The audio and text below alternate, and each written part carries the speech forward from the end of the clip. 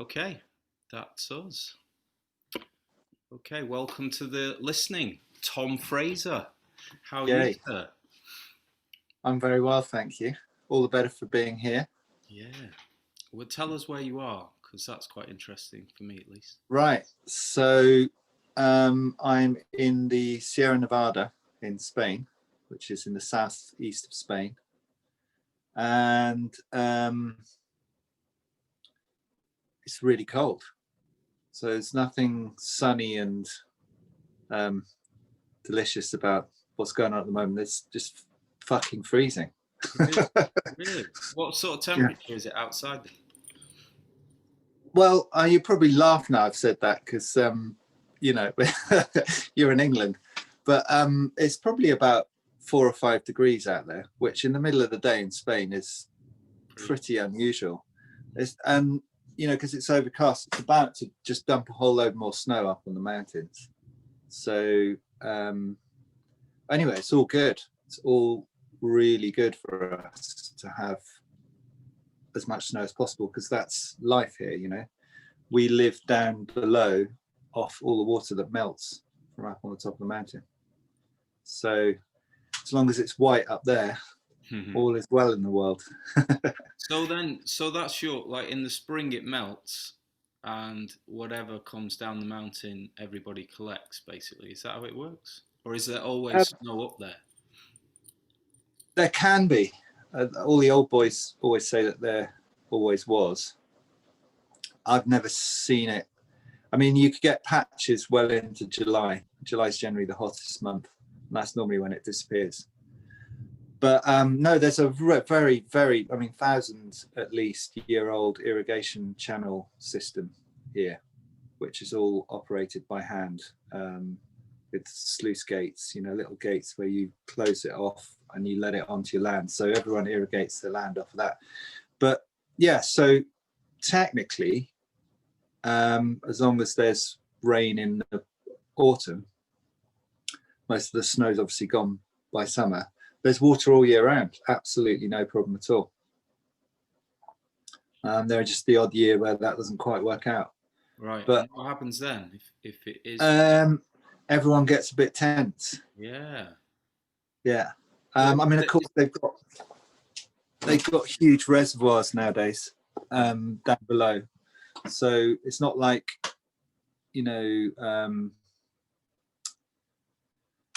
people in towns and stuff. They're not suffering because they're on mains water and all that sort of stuff. But agriculturally, most people, and there's no big farms here, they just don't exist. It's sort of impossible in this region to have a big farm because it's all mountainous and steep, so it's all terraced farming generally. People have water storage. Yeah, to be honest with you, I'm not completely sure, but it does get very tense in the summer. If you start taking anyone else's water, you're taking their life, right? Yeah, no, it's serious shit. Yeah. So and in recent years, with the sort of changing climate, are you getting more rain? I know you've not been there that long, but when you're speaking to people who've been there for generations, is there more water around because of the increased weather in general that seems to be happening everywhere, or less, or what? Has that changed in any way, as far as you know? So yeah, the average sort of person will say the climate's changed. There's no question for them about that. And it's the answer is it's warmed up. But based on experience, without having really gone into it in depth with anyone, they're just passing conversations. It rains plenty, right? But the point is that when it gets too warm, that snow melts too fast. So I remember when I was here doing this house a couple of years back, and sorry, I'm moving the camera. Is that shaking? We got loads and loads of snow throughout November, and it was just absolutely amazing up there. And by sort of January, it had almost all gone because it was so warm, you know, in December and January without any rain. Freakishly warm. So, you know, that's the kind of thing that happens now, which would never have happened Right. before. So it's evaporating before it even gets a chance to come down the mountain. Yeah, and in fact, despite really quite a good amount of rain falling that winter, but all in one chunk,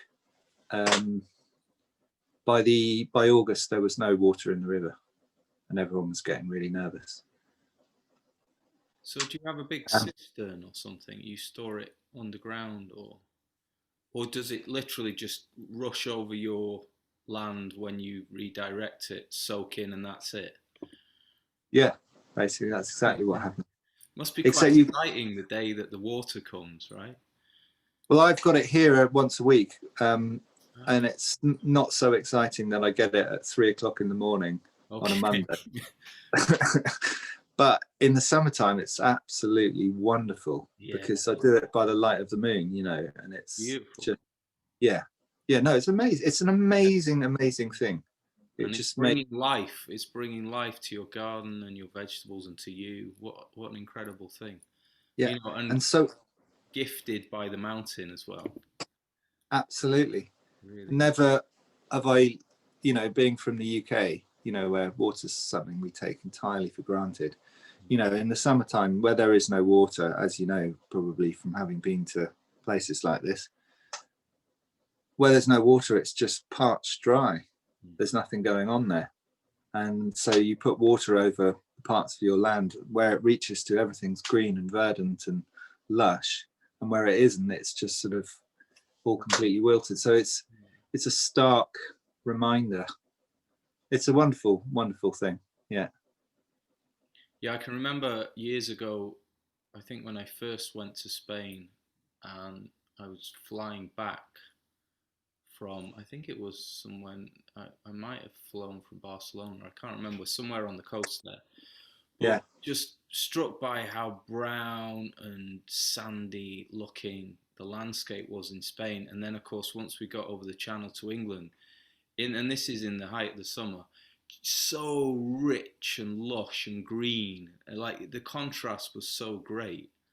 You know, I think that's when I really appreciated how green.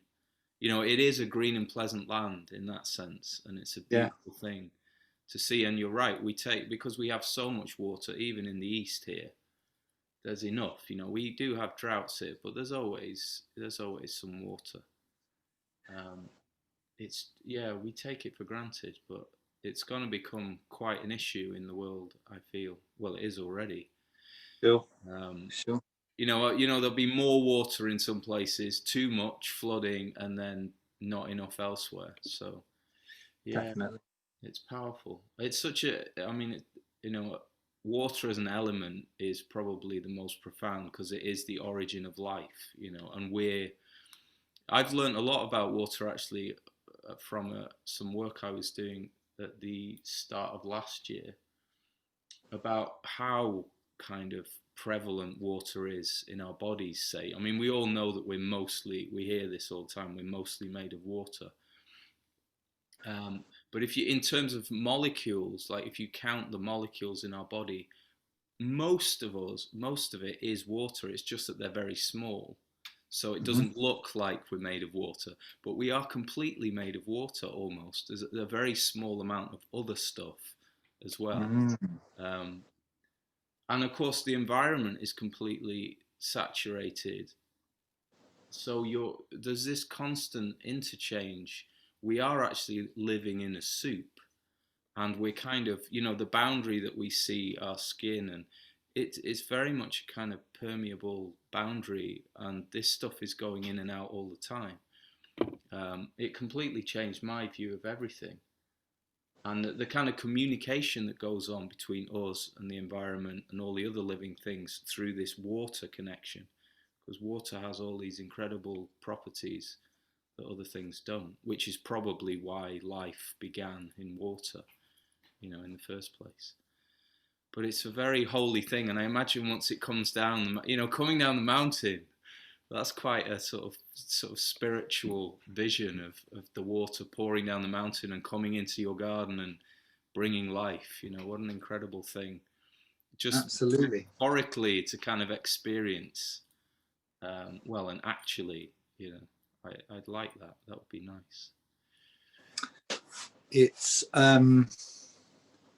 less so here than in the place where I lived before, but still very much. I mean, the place where I lived before just had this soil which you just couldn't believe. And I had 4 terraces. They were pretty big, probably like 30 or 40 meters wide by kind of 20 meters deep, sort of thing. You know, good chunk of terrace, and there was 4 of them. And I mean, you know, if as long as when the water came and you just waited for it to sort of sink down into the soil, and then by probably the next morning, I mean, literally everything, you felt like the whole of your land was just shaking with ecstasy. It was extraordinary. I mean, literally, I felt like I could see the olive trees like shaking with pleasure, you know. You know, we had a big kind of patch, you know, garden there where we were growing all kinds of stuff. Yeah, it's there more than here because the land where I am now is much more abandoned. I've got loads and loads and loads and loads of work to do to get it, you know, to where I want it. But still, considering if you walk up on the mountain behind the house here, it's just rocky, you know, occasionally rich sort of seams of sort of clayey red soil. It's absolutely gorgeous, but it's pine trees and scrubby, you know, rosemary and thyme and all sorts of sort of Mediterranean-y shrubby bits. But, you know, it's rocky. It's really rocky. So these terraces here are made by hand. Poor soils, don't they? Those kind of plants thrive on poor soils, basically. Yeah, well, it's quite interesting because apparently originally the forest cover was actually home oak. All right.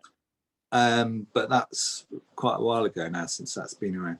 But so the pines obviously get the forest fires relatively regularly, but obviously hasn't been one here for quite a lot of time.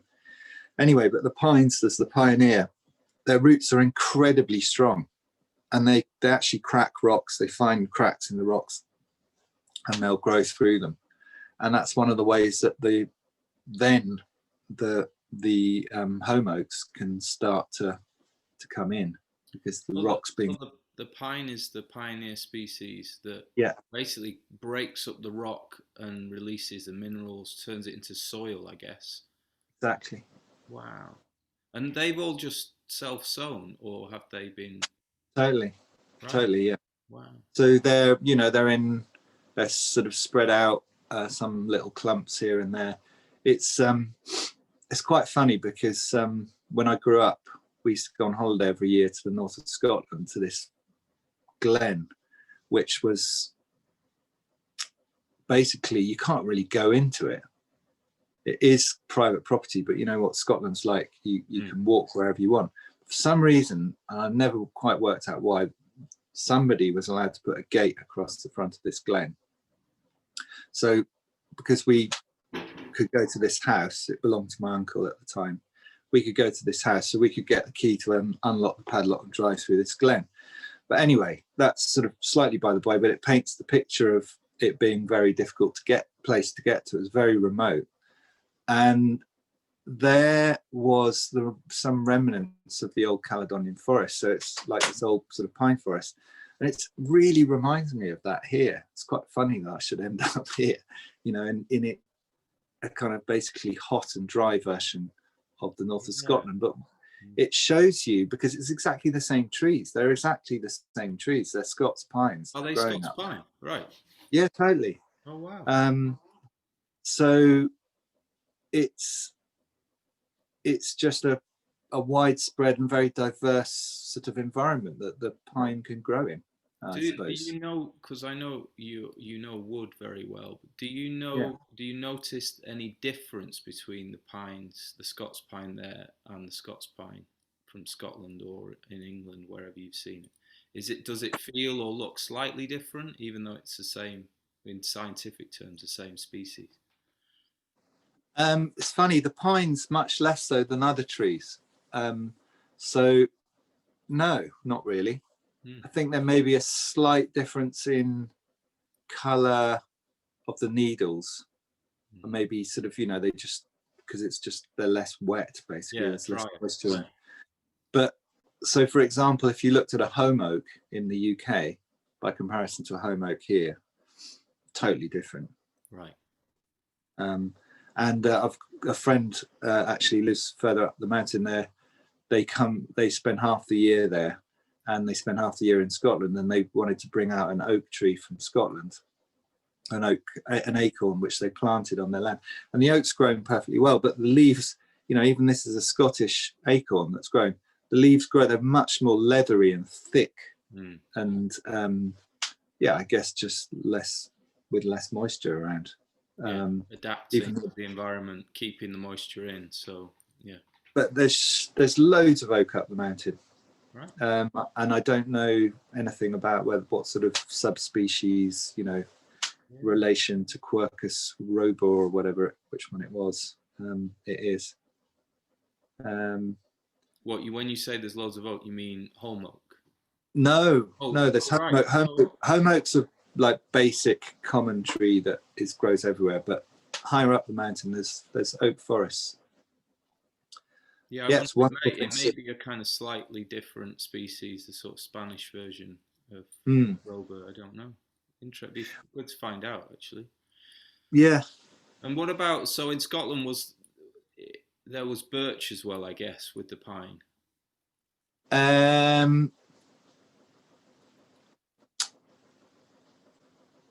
Yeah, lower down. Right. Lower down, but on the actual hillside, mainly pine. I mean, maybe the odd rowan. Yeah. Bit of willow and alder in the sort of like in the burns, in the streams. Yeah, rowan. I've seen a lot of rowan. It's funny because we have rowan here. I'm in Norfolk, and it's very, lowland England, obviously. But there's a lot of rowan in the woods here, quite naturally. But yeah, I always knew rowan as a tree of Cumbria, and you see it in those really exposed places and up on the fells there. But it seems to do just as well, here, which is a completely different environment. It's actually very wet, the wood here, so I wonder if that's got something to do with it. Because could be. But then obviously it's not very wet there, is it, where you are? So trees, humans probably quite adaptable. Maybe all animals and plants are actually. Yeah, there's no birch here. Right. But there is ash. I'm trying to think now. What are the kind of really common, or that you would recognise, sort of common to the UK as well. So there's lots of alder grows in the sort of river stream areas as well. Beech. Do you have beech woods there? No, not really. No, definitely not beech. Quite a lot of poplar, like black poplar, white poplar, obviously the classic sort of Lombardy, big, tall, straight things. And there's elm. Oh, right. Okay. Get quite a bit of elm. Have they got elm disease or not? Does the elm do all right? They seem to. There's some quite decent sized ones. I mean, they're not like common, it's not like something you see everywhere every day. But if you're walking in the more sort of damp, sort of rivery, sort of streamy bits, there's quite often elm. But there's you probably have chestnut, do you? There's up higher up. There's loads. Yeah, wonderful, beautiful, big chestnut trees. Yeah. Yes, they ripen properly in Spain, so you get some delicious. Oh yes. Yeah. Size of your fist. Well, they're much bigger, yeah, obviously, but I mean, the kind of size that you buy off the roaster in the street at Christmas time, sort of thing. Nothing like extraordinarily kind of gigantic. Yeah. What you have there is olives, which olive trees are beautiful. That's the one thing I would like. I'm going to actually try, because I did have I did grow an olive from a stone. Um, Yeah. yeah, years ago when I was in London, because I had a whole arboretum in little pots on my roof terrace in London just before I moved out. And Wow. one of the trees was an olive that I grew from a stone. And when I got here, I gave it to my neighbour, um, who's got a kind of wall, an old sort of barn with a walled sort of yard in front of it. So it's completely sheltered. It faces sort of southwest, so it gets the sun. And she Mm. planted it up against the wall of the building. And as far as I know, it's still quite happy. I think she might have kind of cut it or kept it kind of more sort of shrubby and short.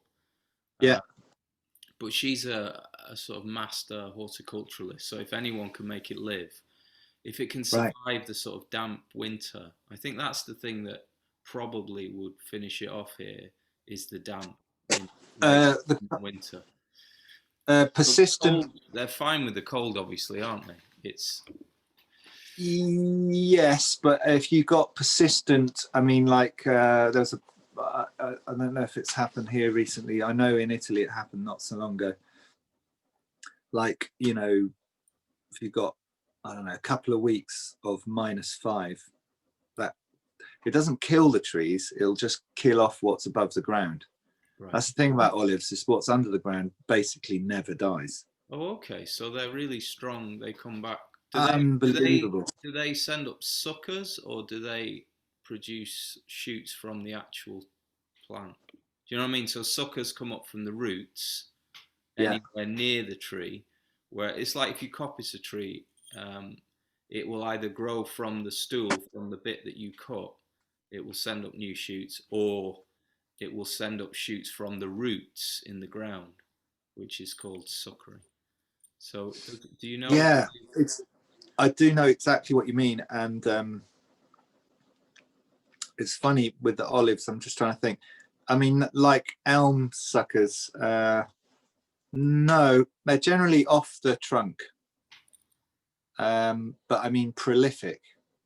Yeah. You know, something when you've got olives that you're trying to cultivate, you every year it shoots up like, you know, loads of little shoots off the bottom of the trunk. So I Uh, wonder, are olives probably some of the oldest living things in Spain then? Because obviously, if you cut them, they'll grow again, and that, as we know here, if you coppice a tree, it can potentially extend its life. It seems almost indefinitely.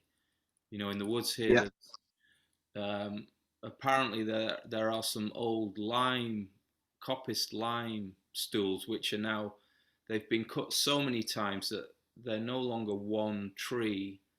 They've actually become a ring of trees that's just been cut and cut and cut and cut, probably for who knows, 1,000 years, maybe more, ever since they started cutting wood in this area. So it does seem to be a way of prolonging the life. So I wonder if Spain's full of ancient olives that have been coppiced or yeah. I think that around here there's a lot of really, really, really old olive trees. But in general, um, olive oil has become like such a massive thing. And Spain actually is responsible for something insane, like 60% of the olive oil production of the whole world. Wow. God, that's Um, amazing. And you can imagine how much that demand has increased in yeah, recent years. I mean, you think about just the sort of the market I know, which is Britain, which is tiny, but then you think about somewhere like North America, which is pretty young, really, as a country in terms of European colonization, at least. And that demand for olive oil must be so vast now. I mean, I'm sure they probably grow a lot of olives now in the States because they've got enough diversity of habitat to do that. But yeah, wow, yeah, 60%. I mean, that's a lot of oil, right? it's frightening amount of oil. I mean, the thing is it's a frightening amount of land that you. I mean, Spain's a big country, right? And the reason why they're able to do it, whereas the Italians aren't, well, it's partly because they're a much bigger country, but olives that are near the coast suffer from they get this fly which lays its larvae in the olives, Okay. and then the oil's not so good. So the you've got Italians that were not. massive internal area of Spain. Yeah, Which is perfect. exactly. But it's a horror. It's an absolute horror. It's a monoculture that stretches for miles and miles and miles and miles and miles. And yeah, I mean, they're also, in order to do it, they're pulling out huge amounts of water out of the water table. They're putting in huge amounts of artificial fertilizers, pesticides, blah, blah, blah, blah, you know, the classic thing. So it's a very unsustainable industry, actually. And of course, the other side of that is that the trees at a certain age, they deem to be not really productive anymore, which that's utter rubbish. It's just that they're not kind of like as productive, yeah. You know, as productive, and they just rip them out. Right. So then there's a massive supply of wood, then, of timber. Well, there is, and that's what keeps my fire going at the moment. Wow. So you're burning olive wood. Is it good to burn that? I imagine it is. It's super dense, isn't it? And It's well, olive wood is also utterly delicious in every sense, but beautiful. It's a great firewood. It's a beautiful timber. It's very difficult to kind of get decent planks out of, but and it's got totally twisted grain, so it's a difficult wood to work with. But you know, it's great for little sort of components of bits of furniture or whatever. And as you've probably seen, you know, these sort of chopping boards or all that kind of stuff. It's such a beautiful grain. It's one of my favourite grains, I think, olive. It is. I don't know if you can see. Can you see that door in the background? Oh yeah. Are they panels? The panels are olive. But you see, to make those panels, I had to, you know, stick bits. Like, so I've got the sort of bits with the grain going this way and the grain going that way, that to go, which actually I quite like. But it, you know, it's difficult to get boards which haven't got, you know, great big cracks through it or whatever. Which they do as well, off the top of my head, some of them, but sort of, you know, manageable. Yeah. So what are you making anything at the moment? What sort of projects have you been doing lately? Well, I've got a building project going outside, but which I've done. It's all like masonry at the minute, but there will be, you know, internal finishes of timber. Timber's very expensive here, so it's quite, you know. You live on a mountain. I guess there's plenty of stone around, right? There's loads of stone. Although when I said masonry, that was possibly a bit of a misleading thing, because it's brick. Are we talking about? It's brick, yeah. These like honeycomb bricks, which are common all over Europe, they're incredibly efficient way to build, and it's quick and it's good insulation. I don't know how it rates on the eco front, but it's pretty good. It's just clay. Are they clay or concrete? What are they made? No, high-fired clay, and it's mostly air. It's mostly air anyway, you know. Yeah. And you just go boom, boom, boom, like Lego, and suddenly you've got a kind of building, you know, and it doesn't cost much. And then I'm going to insulate on the inside rather than the outside, which is for reasons I won't bother going into now. But basically, I'm going to use cork for that, like actual, you know, expanded cork, and on the floor and the roof. So it'll be, well, actually, I will go into the reasons why I've done it. I've decided to do it on the inside because of sound, actually, because those high-fired bricks are not very nice acoustically. You know, they're hard and kind of, you know, so sound bounces around a lot. So yeah. So you get softer. You're after a kind of softer. Yeah, well, I want to. It's quite harsh when you have a hard surface like that. It's a bit sort of spiky, the sound, or can be, right? Yeah, and I want that to be like the space is going to be for me to be to writing and creating generally, in fact, whether that be artwork and other stuff, but also it's kind of like my space to just sort of kind of like feel I can do whatever I want in there. So if I need to sort of jump up and down and scream and shout and shake and do whatever, with some nice cork insulated walls, I don't have to worry about my neighbours. When you're doing your primal screams, you're not upset. Yeah, or waking up the kids.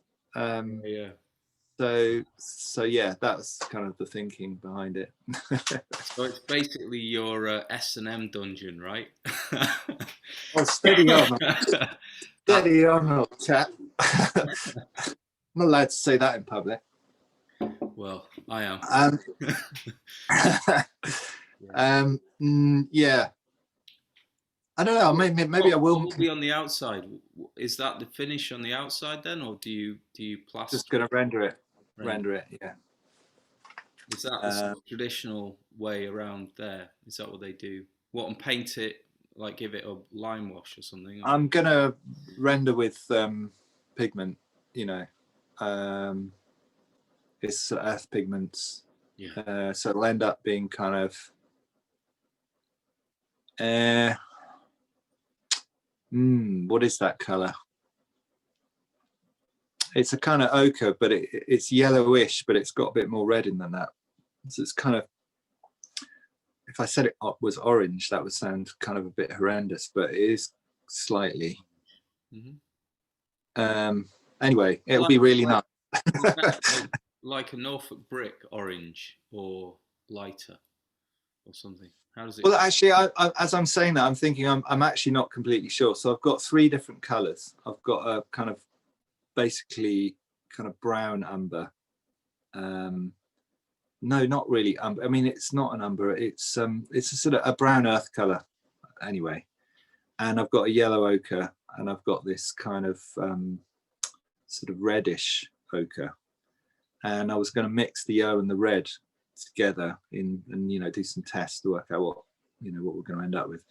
Only because last time I did brown with a bit of red thrown in, and actually I'm really, really happy with it. It looks great. I just wanted to have something slightly different. I've got this image in my mind because I've got quite a few buildings here, and they're all single story, and they're going to be quite sort of blocky. And I sort of, in my mind, I kind of like this idea of just like, the tone just changing slightly from building to building. Yeah, that's a nice idea. I can see it already. Yeah. And a way of sort of adding another dimension to what could be quite uniform otherwise. Yeah, exactly. And they're all kind of within the range of the earth colours of the area, even though I'm not bothering to sieve the local soil. I thought about it, but thinking about it's easier than doing it, right? Yeah. Yeah. Yeah. So what you said, writing. What sort of ideas have you got for doing some writing? That was quite. Well, I'm glad you asked that, because it's kind of like quite a topical thing. I can't remember if we've spoken about it, but I was definitely speaking to my friend about it, if not yesterday.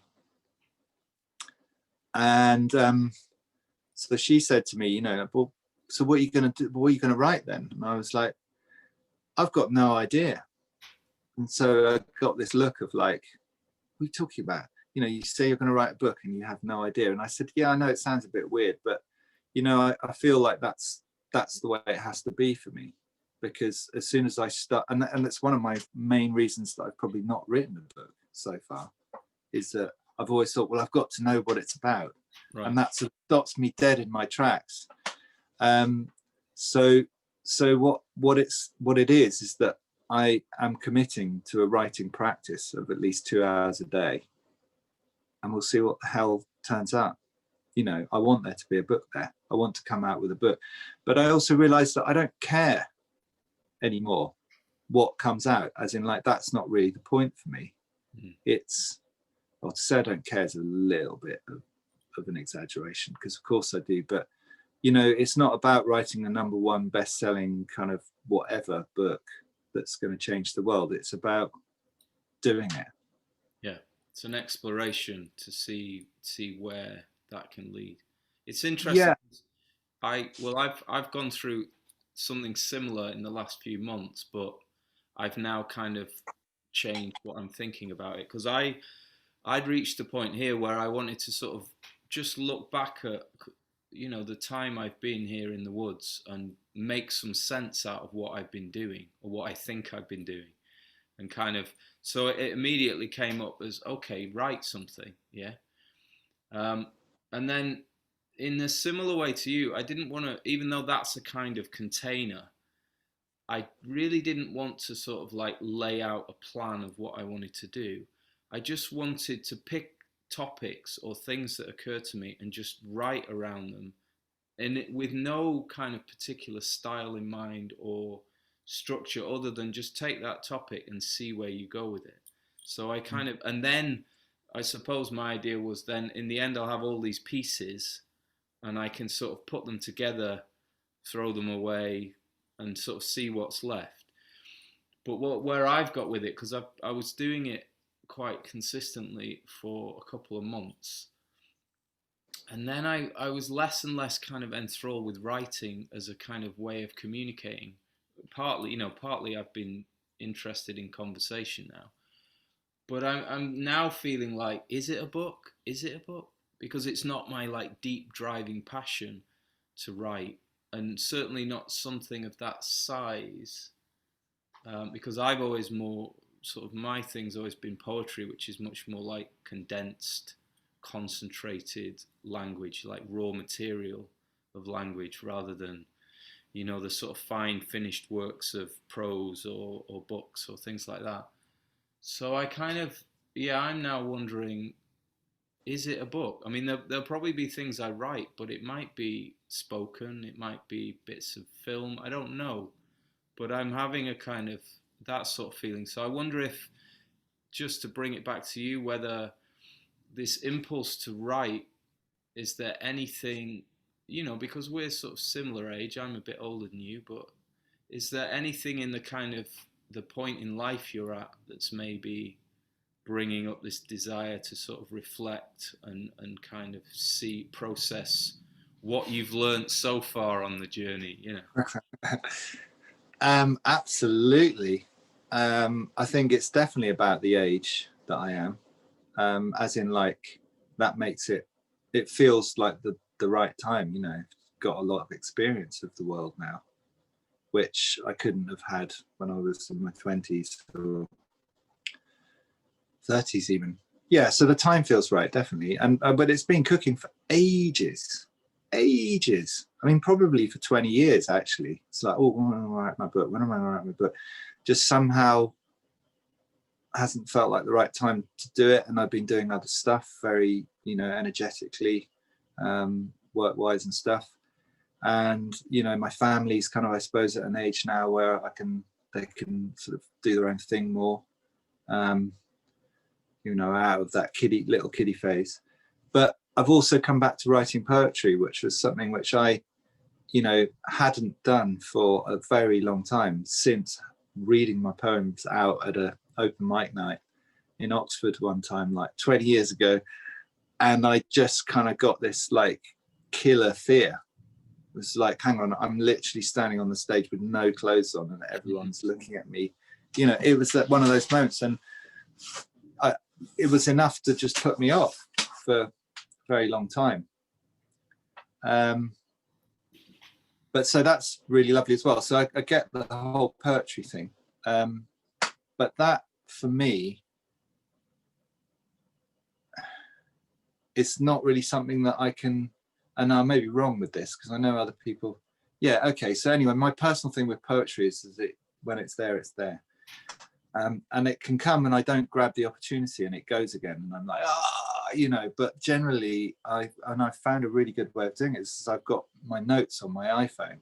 I literally open up notes and I just write it straight down in there. And it's a really good way of doing it for me because, of course, then the editing's super easy. Whereas before I was always writing in my notebook and it was like, oh, but I've got to squeeze a line in there now and da da da. And then for someone like me, somehow that was kind of like getting in the way. That's really familiar. I mean, that you could have just described my process with poems there. They just come out of nowhere, Yeah. I've learnt now to just get it down, Yeah. write it down, and it comes in a very raw state often, um, and then I just kind of rework it afterwards. But it is so much easier with. I mean, I do carry sometimes a notebook if I'm out walking, often in nature. Stuff comes up, and I'll jot things down that way. But then I'll very quickly do what you're saying, which is get it onto the iPad or whatever, Yeah. so I can just work around and knock it about and keep change it around a lot. Uh, it's so much easier in that way, I find too. It's a But yeah, game changer. you can't if you ignore it or you don't do it there and then, it's gone. Because it's That, funny how I don't know whether you experience this in a similar way, but poetry to me is like when words that you know suddenly take on some extra meaning or importance. It's like they become kind of amplified in some way. So a series of ordinary words that normally has no power at all suddenly can be combined and something much bigger. It's like they're pointing to something bigger. They become electrified in some way. mm, And there's a kind of, at least in my memory, there's something quite slippery about them.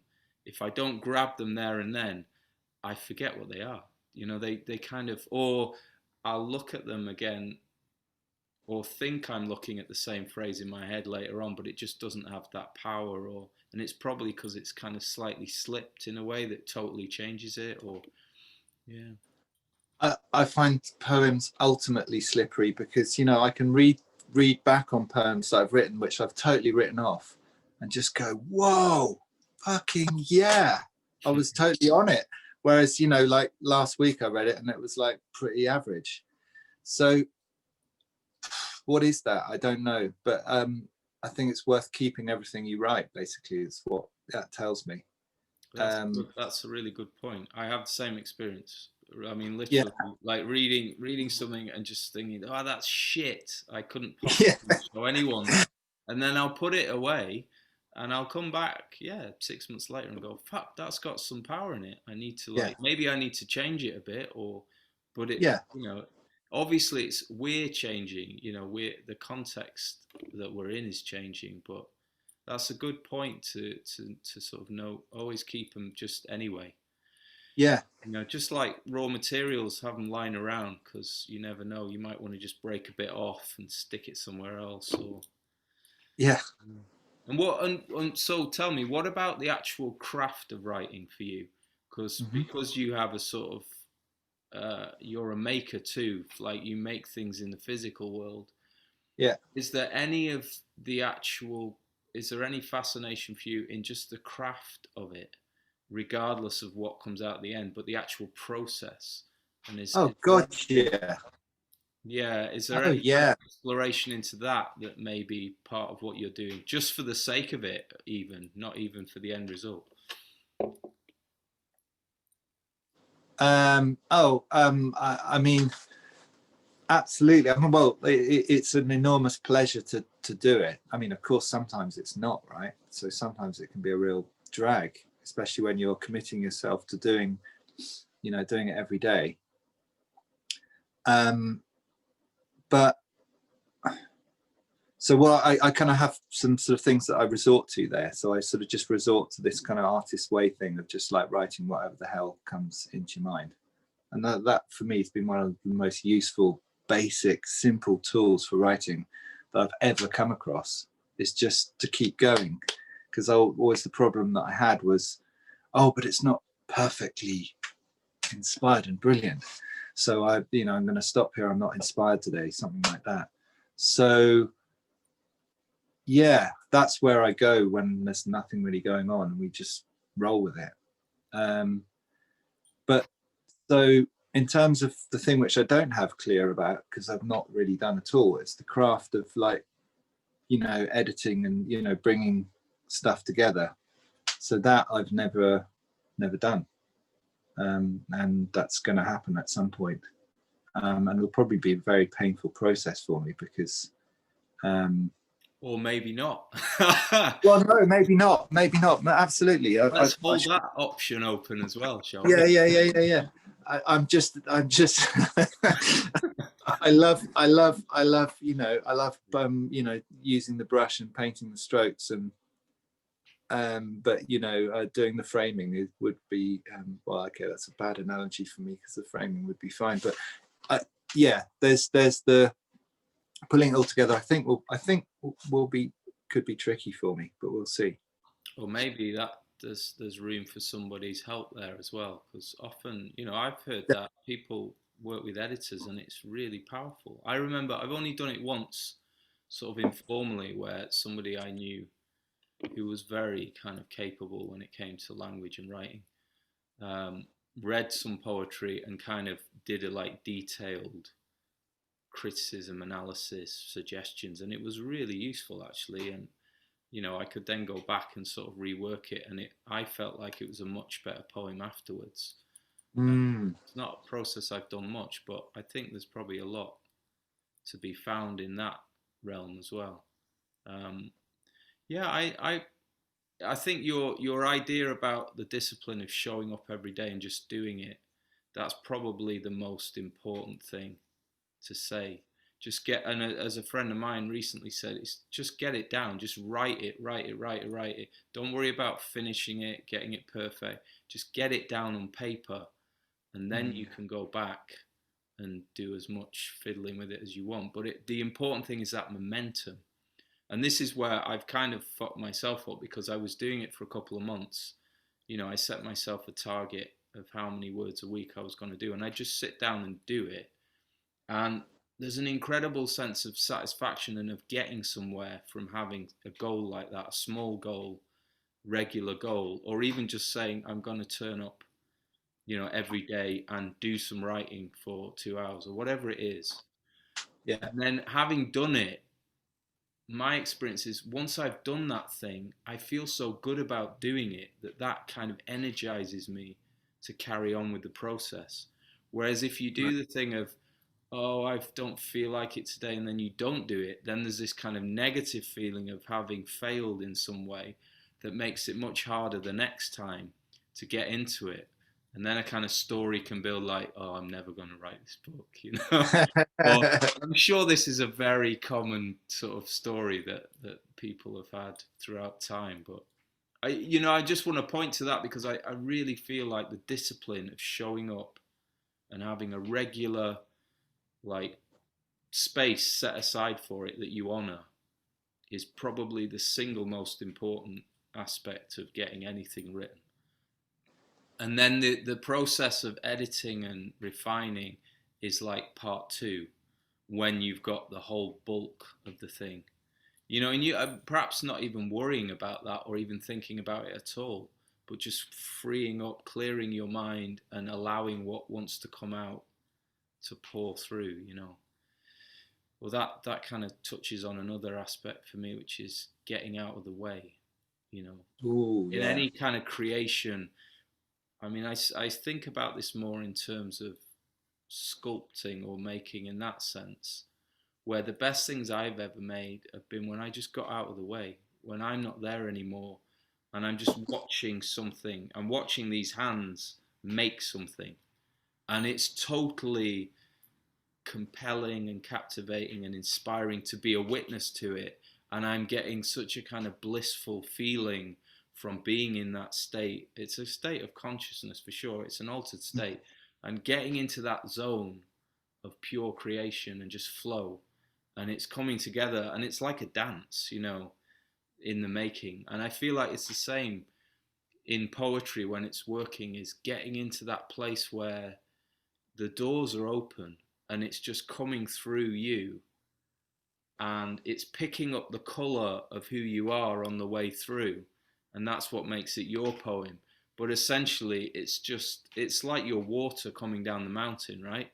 You're just the kind of sluice gate, or you're the channel that directs the water, and it picks up a bit of mud and dirt from your garden and that adds into the mix and the soup or whatever. But if you kind of get in the way of it, it all backs up, it goes everywhere, it makes a mess. doesn't do what it wants to do. So that's definitely my experience of creating. But and so the work in a way is like, how do you get yourself into that state?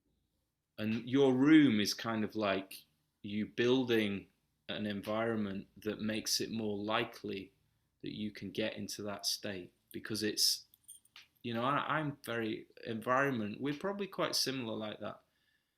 Being makers, I guess, that we deal in spaces and we like to arrange, or I certainly do. I can't speak for you, but I like to arrange my space a certain way, have everything where it goes, and then I feel kind of relaxed enough to get into a state where something good can happen.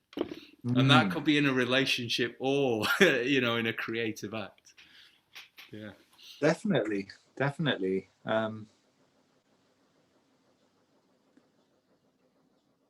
Yeah, I mean that's well, that you've sort of very much said, exactly my motivation for making that space. I think I was just going back to this thing about, the discipline element, which of course is going to be really important. But I think the primary thing that I sort of keep coming back to is the fact that, yeah, okay, so the discipline's great, but before that, it's got to be this sort of total commitment within yourself, which, where the hell does that come from? I don't know. That you just, that's what you're doing, you know. And I've never really, I've never felt good anyway about like being able to sort of pump myself up into a certain kind of state of being. And I've always kind of been a bit resistant to it in a way, because I felt like, well, is that really me then? Is that really me? And would I be producing something that's really me if I felt like I need to pump myself up into this state where I then write the book? And so yeah, I suppose maybe that's what I've been waiting for, if you want. The time just feels very much, I mean, we'll see what happens, right? But that seems to me the crucial thing. Is it's like, if it's really got to happen, then it's just going to happen. Even if it takes 10 years, but whatever. That's what puts your bum on the seat, isn't it? I don't know if that's sort of a clear distinction. No, you're absolutely right. It's that initial impulse and what that is. And for me, that's where it can be difficult. The getting out of the way really isn't that difficult, because it's a not doing rather than a doing. It's an allowing, although that can be challenging too. But it is that sense of, one, honoring this thing enough that to give it time, because there's always shit in life that needs doing and bills to pay, and and unless you've kind of found a way quite quite quickly of turning this kind of creative act into a way of making a living and all of that, then it's a real struggle. Obviously, it is a real struggle because all those pressures are still there. But if it's an essential part of who you are, and this is something I've wrestled with and really not been that successful at over my life, is like honoring that part of me that is a creator, and knowing how important it is for my well-being that I get to express that, because I'm useless without it. I'm just not, I'm suffering really. I'm not happy. I'm doing things, I'm making stuff, I'm working, but my soul is kind of unhappy if I'm not just doing pure creation. So, yeah, how to kind of build the sort of necessary impulse, or give yourself permission, or overcome the fear of not being good enough. I've definitely had a confidence issue throughout my life, really, about what I make in terms of creativity. And I kind of, I've got a wicked blend of idealism, perfectionism, and a lack of self confidence, which is like, it's a demon brew. which is kind Yeah. of, has been poured over many things that I've made, and nothing has ever been good enough, or I've not even been able to kind of summon the will to put something out there because of this lack of confidence. Or yeah, and that is the difference with the people that I admire the most, the creators that I admire the most. They have that self-confidence, and they'll just fucking do it, and they don't care what anyone says or what the results are. And even if they're super successful, like, I mean, the really inspiring people for me, someone like Bob Dylan, say, who Mm. he can have like 20 years of no fucking critical acclaim, and he'll just keep on banging it out because he doesn't give a fuck, because he knows what he's doing, he knows what his job is. He's a musician, he's a poet, and he just keeps on producing. And Mm. by some kind of combination of events, he knew very, very young that he'd found his thing, and he just did it. And he did Mm. it relentlessly with total confidence. And it's kind of like a sort of feedback loop, I guess. Once you do it and it works, then you get the feedback, and that probably armors your confidence even more, and you can just keep doing it. Obviously, there are traps there. You can become super arrogant and egotistical, but if you manage to somehow navigate that, that seems to be, I suppose, and in a kind of shadow sense, that's probably the part of me that has been suppressed, that I'm trying to find or reintegrate in my own creative work. Yeah, well, in this world of mere mortals who haven't, we're not Bob Dylan's. I mean, There's a Bob Dylan in all of us, though, I would say. there is Bob Dylan in all of us. I mean, I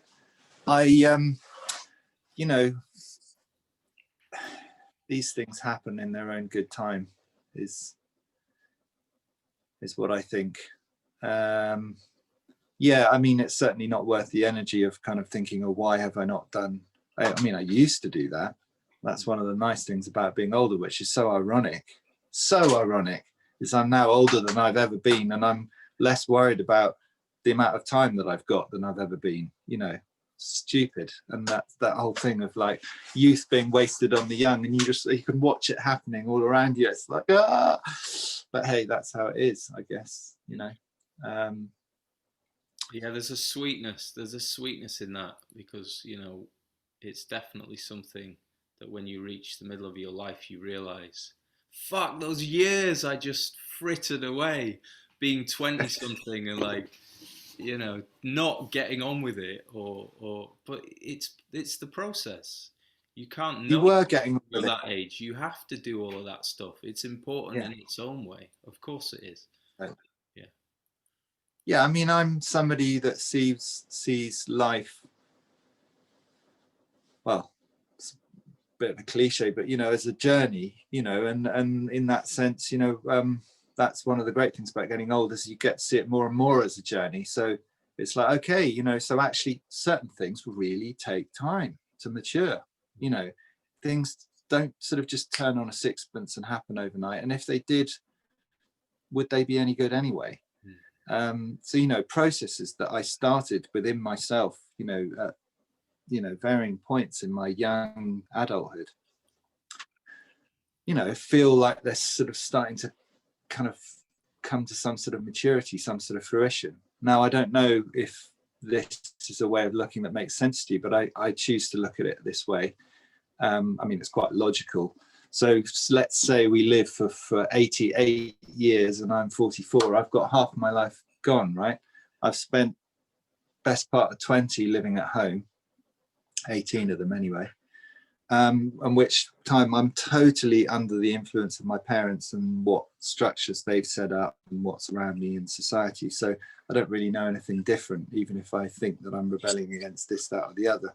I then go out into the world and I discover, okay, here's a world which doesn't fit with this view that I had up to that point at all, actually, in my case, just unbelievably not. It was like a very traumatic period of my life, where it's like, oh, shit. But so yeah, I suppose I could look at it like I've done 25 odd years, 6 years of my own research, my own process. And so now I'm kind of like me, finally, you know, like me, as in not the me that I was sort of told that I could be or whatever from family. I've got the chance to be just me on my own. And that's work that I've done. That's messing around in your 20s, sort of feeling like you're treading water and not sure about this, that, or the other, because you're not. You know, you just don't know.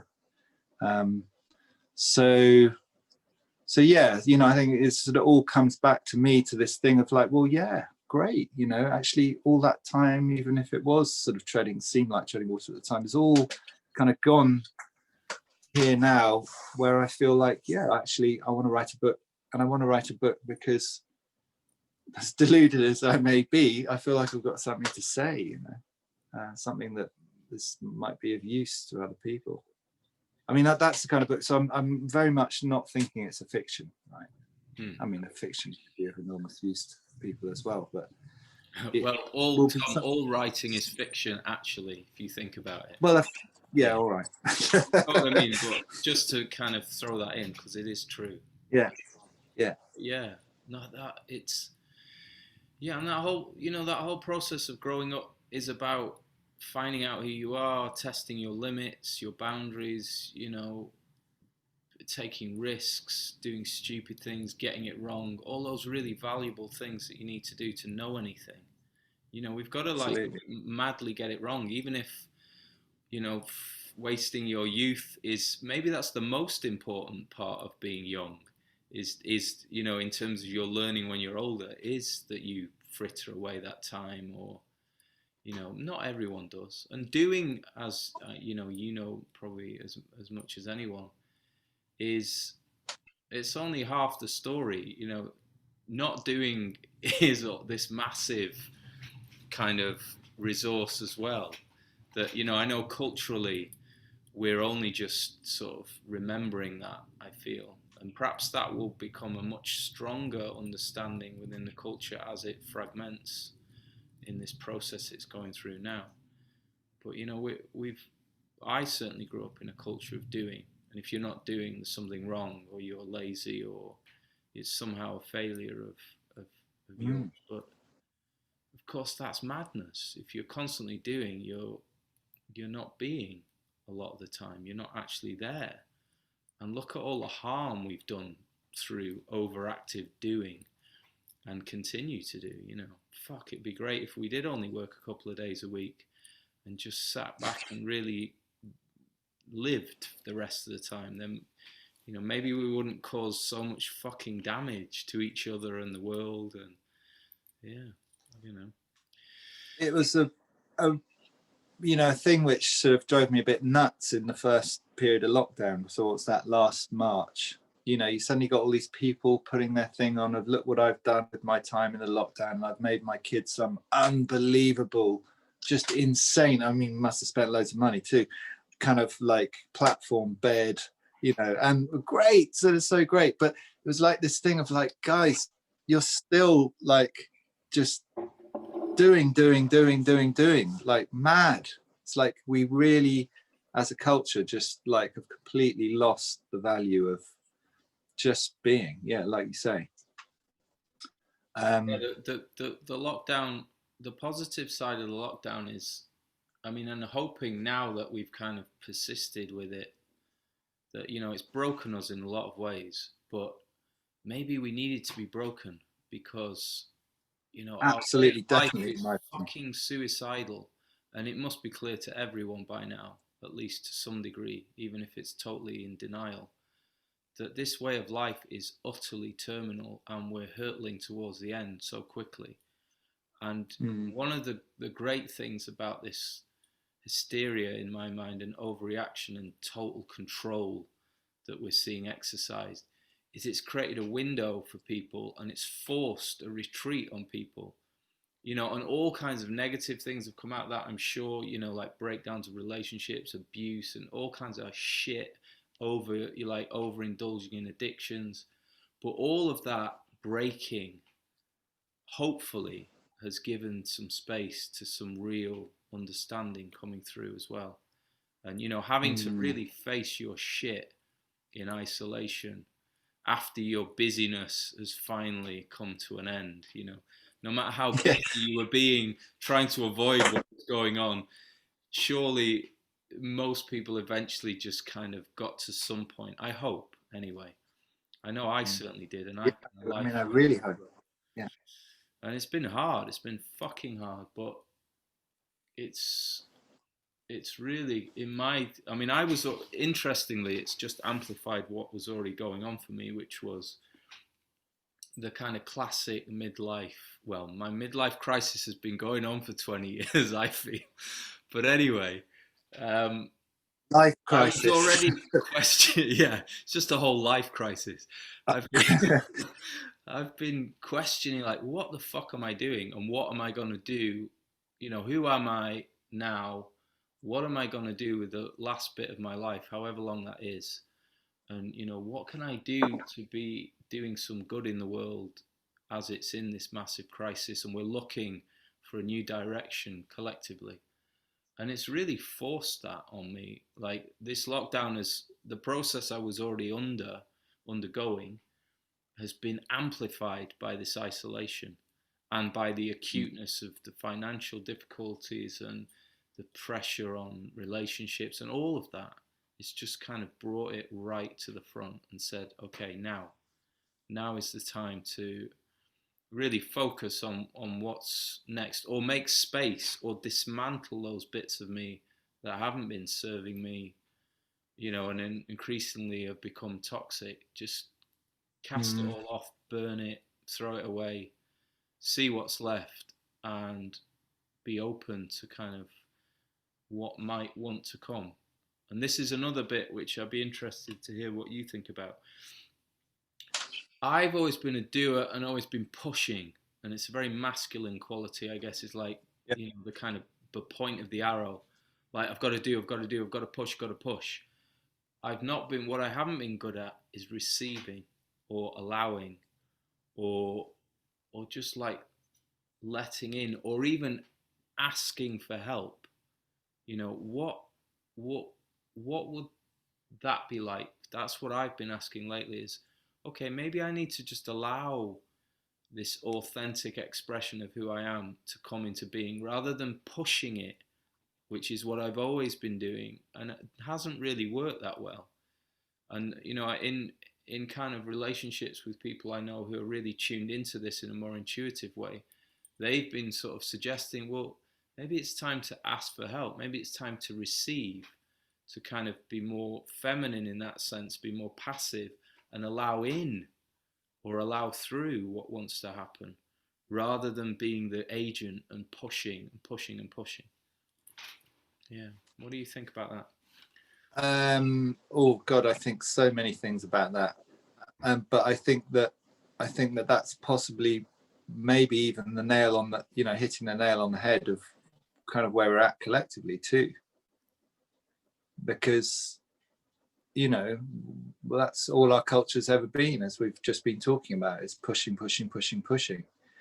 Now, why, how, all that stuff, I don't know, but that's what's happened, and we've achieved unbelievable amount, if you want to look at it that way. But it's definitely feels like, the other side of the coin is the one that's really facing us now, which is just to let go and start being in receipt, as you say, of stuff, but just not to push.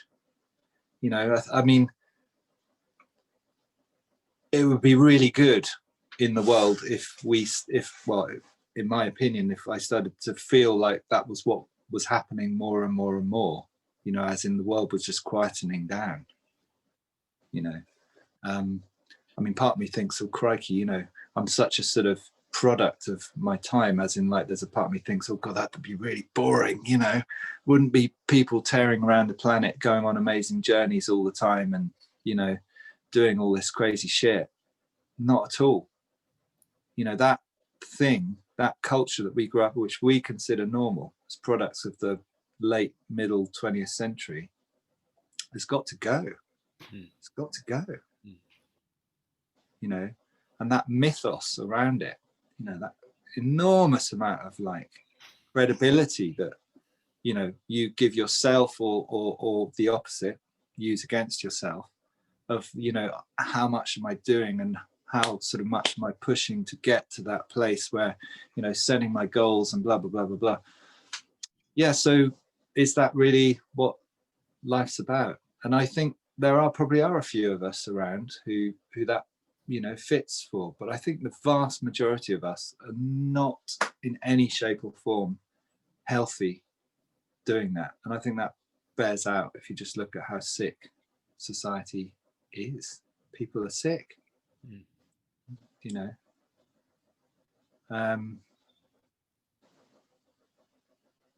so I don't know how much that answers your question. I went off on a pretty good rant there, but no, that really, that kind of expands it in a really good way. The bill, all that pushing we've been doing culturally for the last, God knows, maybe it's like 10,000 years or something. Now the bills come in. yeah, The price is fucking high, and it may completely break us. So yeah, and as to the kind of the sort of boredom, we have been adrenalized and sort of stimulated so much. But of course, there's all that deep, nourishing, enriching, kind of heroin like connection that we're now potentially going to get into, where we really feel connection with each other again, where we yeah, really feel what proper community is like, and that sense of being held and supported and totally accepted for who you are and valued for who you are, whatever that may be. And that kind of that sort of sense of connection with place, which I know has been my learning, having been here in the woods, is I didn't realize what I came here to find out or do, but now I'm realizing what I've actually been shown, and that is the value and the essential nature of having a connection with the place, the land where you live, and that being the foundation for any kind of healthy culture or community. And if you don't have that, which is what our culture has eventually arrived at, a place where we've broken connection with land, what you end up with is a culture that destroys the earth that we need to live on. And that rediscovery of connection with place, that deep love of place and how it loves you right back, and combine that with community and relationship and connection in that sense, that real heart opening, that's so rich and nourishing, because we all know what that feels like when we've had a taste of it, either in a relationship or if you're a heroin addict. That's why you take heroin, because it gives you that feeling. And that's why it's so fucking addictive, apart from the physical side, is that it gives you that ultimate sense of being held and loved, you know, like the maternal love that you kind of probably were missing in your childhood, and that's why you've been seeking it through addiction the rest of your life. But I feel like it's that time that's kind of beckoning now, is and it is a very feminine aspect, but it's, if we suddenly go all the way feminine in that sense, we'll fuck up in that direction. What we need is this balance. We need to be able to have the full range and spectrum of human expression in those kind of yin and yang ways, and everything in between and on that continuum. And that's super exciting to me, is that because I know how good that feels. You know, and this is partly why I'm on this conversational journey, because I got so upset and frustrated with not actually connecting with people when I talk to them, or just getting into that thing of argument where everyone's fighting for their life, because if they don't get their argument across and you don't agree with it, it's like you're threatening to kill them or something. And that's how it felt. Or you'd have that very superficial connection with people where nobody's really saying anything, and it's, you know, I always found that really frustrating. So this is kind of a way of finding real connection for me, you know, by really listening to what someone's saying, or showing up in that open way and allowing something to just be created. It's incredibly nourishing. And I feel like this somehow illustrates or points to where we might be headed culturally, hopefully, because if we don't go that way, then we really are very quickly. And it seems like things are hotting up so much now that it's kind of now or never. Um, which in itself, if it goes that way, if you look at it in a bigger sense, that's not so bad either. The Earth's not going to die. Life carries on. Extinction happens all the time. In another 200,000 years, something else will be going on. But I'd like us. the reason why I still get up in the morning and try and do something is because I feel like humans have such potential, and the vision I've always had since I can remember of how life could be for humans if they really were free, fully authentic, expressing themselves, supporting each other in a way that that takes care of everyone and everything in that kind of totally kind of sustainable way that looks to the future generations and the past and takes the best of all of that. I know that we can shine, we really can. And it's frustrating to me because it's like seeing a kid with loads of potential who's like fucking themselves up in their teenage years, getting into some bad habits, really kind of pushing it maybe a bit too much in one direction and thinking, fuck, that kid's got so much talent and potential in them. How can we kind of help them to a place where they can realize and get on a good path? And I feel like our whole global situation is basically that, is we're teenagers who are now high as fuck driving our car at breakneck speeds down little country lanes in the winter and it's icy, and I think it's just time for us to kind of break through that and somehow find the next level. There you go, there's my little rant to match yours. Yeah. So much to say. I haven't got much time left, I must say. This is the first part. There is so much to say. It's an ongoing journey. This may be a good point for us to pause till the next one. Okay, yeah. Great. Yeah. All right. Well, it's been fun. It's been lovely talking to you. Absolutely. So, well, just let me know. Yeah, we'll do it again soon. All right. Great. Nice one, Tim. Take care.